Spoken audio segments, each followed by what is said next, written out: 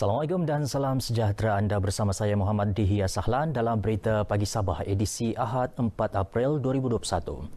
Kerajaan negeri komited memastikan keselamatan di pusat-pusat pelancongan negeri ini sentiasa terkawal dan selamat untuk dilawati.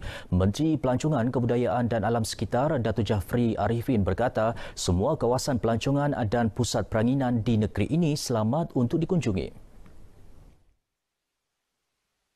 Menurut Datuk Jafri, pasukan keselamatan ditugaskan di sepanjang perairan daerah sempurna sentiasa bersiap sedia.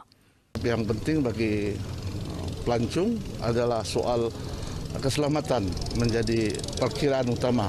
Dan Alhamdulillah dengan kehadiran kita punya petugas-petugas keselamatan di beberapa pulau yang tertentu telah memberi keyakinan kepada kita bahwa soal keselamatan menjadi prioriti keutamaan kerajaan yang ada pada hari ini.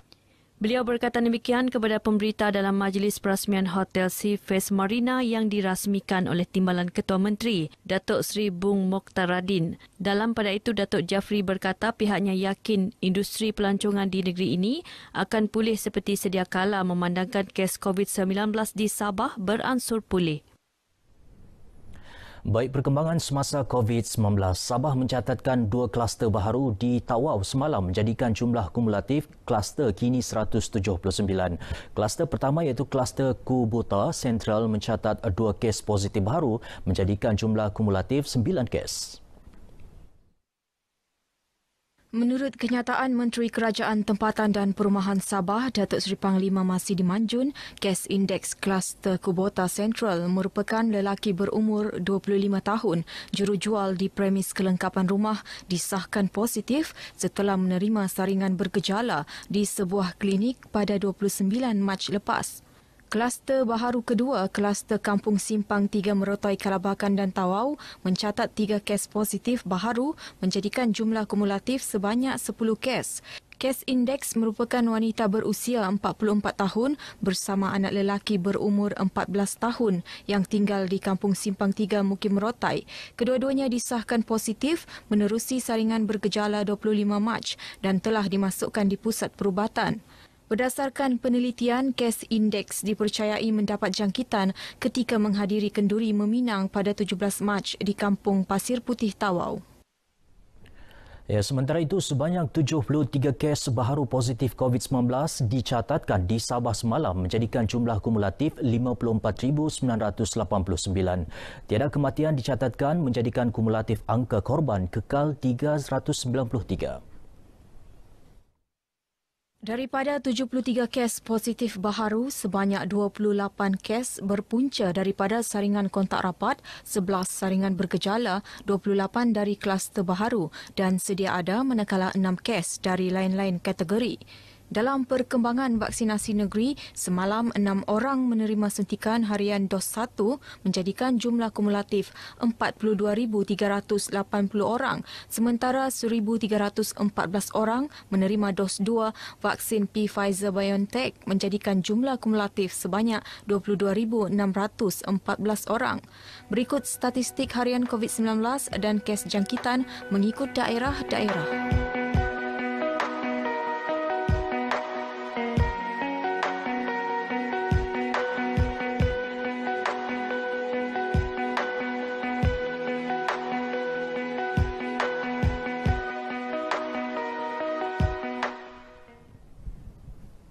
Masyarakat Islam di negeri ini menyambut baik keputusan Jabatan Hal Ehwal Agama Islam Negeri Sabah JAINS membenarkan solat sunat tarawih diadakan di masjid dan surau sepanjang Ramadan tahun ini.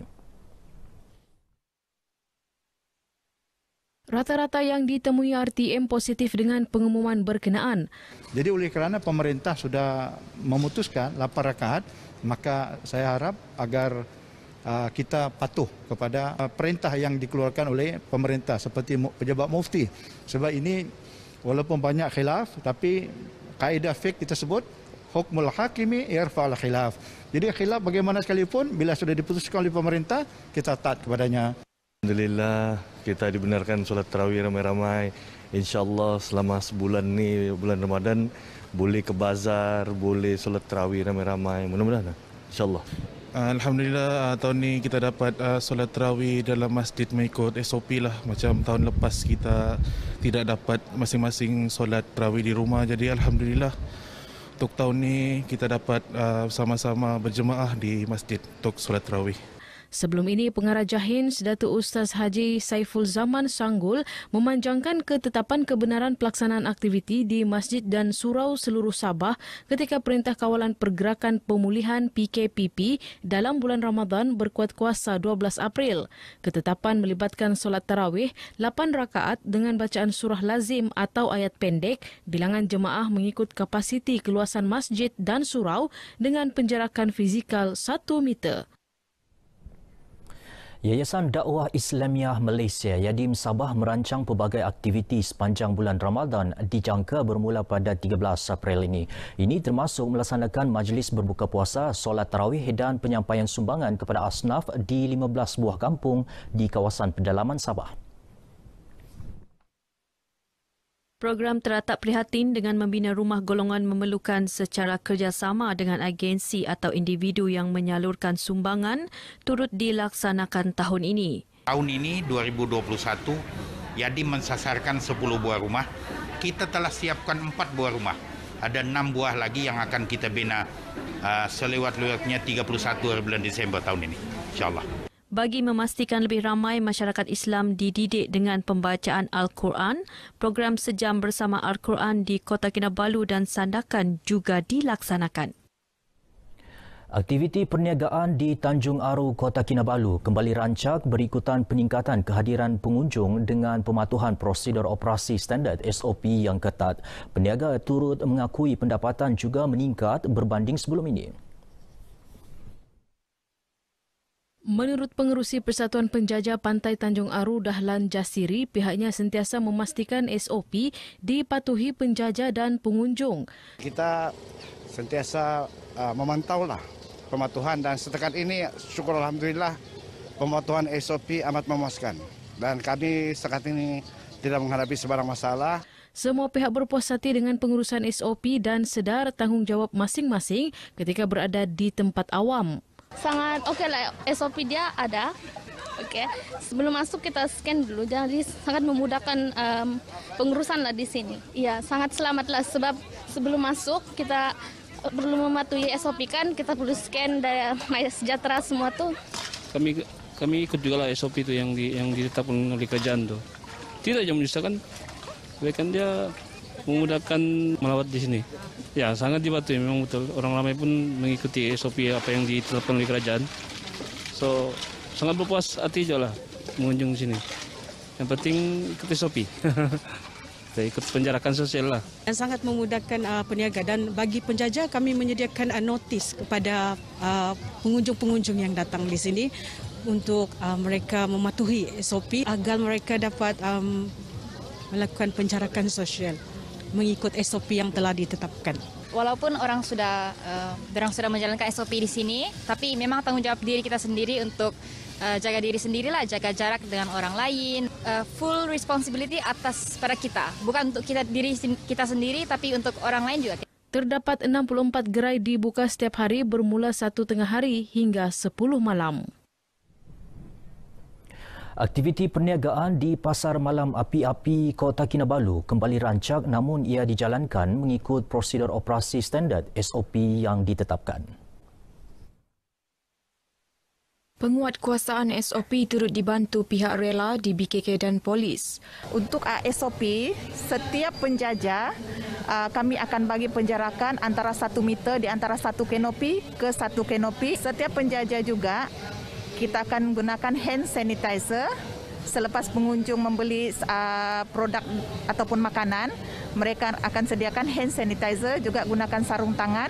Salah satu kena gunakan face mask, ini yang penting. So far buat masa ini tidak ada masalah lah di sini.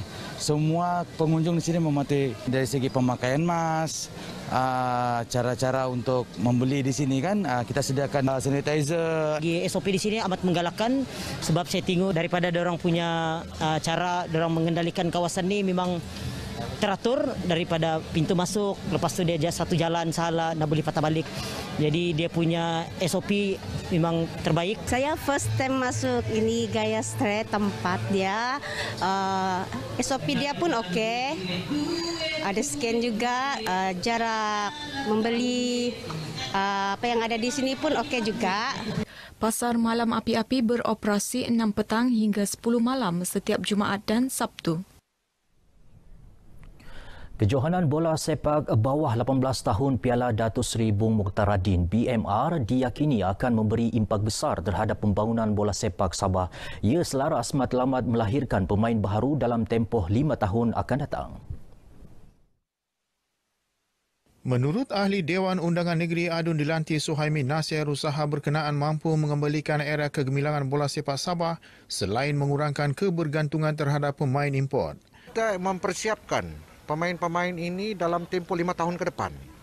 Dan apabila dia umur 18 tahun, bermakna 5 tahun ke depan mereka sudah berumur 23 tahun. Apabila dia berumur di dalam 23 tahun, kita sudah melahirkan pemain-pemain yang boleh masuk di peringkat kebangsaan. Bukan saja di Liga peringkat kebangsaan tetapi sudah di Liga Super.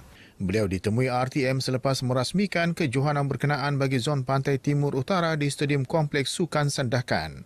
Sementara itu, pengerusi pengelola kejohanan zon Pantai Timur Utara Ibrahim Mastar optimis penganjuran berkenaan akan mencapai matlamat melahirkan pemain-pemain berkalibar. Semoga kejohanan kali ini akan memberi impak yang besar dan selari dengan matlamat dan hasrat yang berhormat Datuk Bung Mokhtaradin untuk melahirkan pemain-pemain yang berkaliber, pemain-pemain yang boleh diangkat untuk mengharumkan nama negara. Di Kota Kinabalu, Timbalan Pengurusi Jabatan Kuasa Pertandingan Tempatan Persatuan Bola Sepak Sabah SAPA, Lokman Sunggi menyuarakan pendapat sama. Pertandingkan pemain-pemain bawah 18 tahun dan ia bertujuan untuk salah satu kaedah kita untuk pencarian pemain-pemain muda yang berbakat untuk kita gilap dan ketengahkan. Kejohanan Piala BMR Anjuran SAPA ini bermula 2 April dan berakhir hari ini di peringkat zon masing-masing bagi menentukan pasukan dan pemain terbaik di peringkat zon untuk beraksi di peringkat akhir. Baik saudara, sekian dahulu paparan dari Negeri di Bawah Bayu. Saya Muhammad Dihya Sahlan. Assalamualaikum dan salam hormat.